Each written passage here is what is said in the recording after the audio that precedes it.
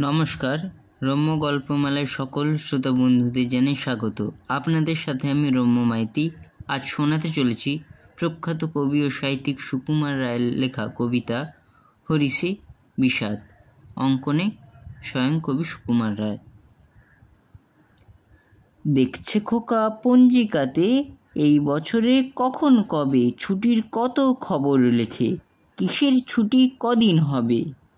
ঈদ, মহরম, দোল, দেওয়ালি, বড়দিন আর বর্ষ শেষে ভাবছে যত ফুল্ল মুখে ফুর্তি ভরে ফেলছে হেসে।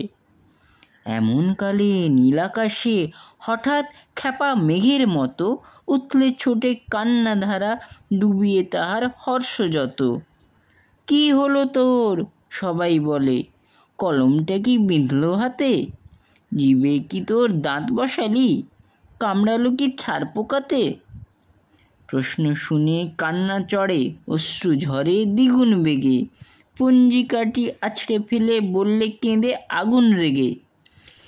ঈদ পড়েছে জ্যৈষ্ঠী মাসে, গ্রীষ্মে যখন থাকেই ছুটি, বর্ষ শেষ আর দোল তো দেখি রোববারেতেই পড়ল দুটি।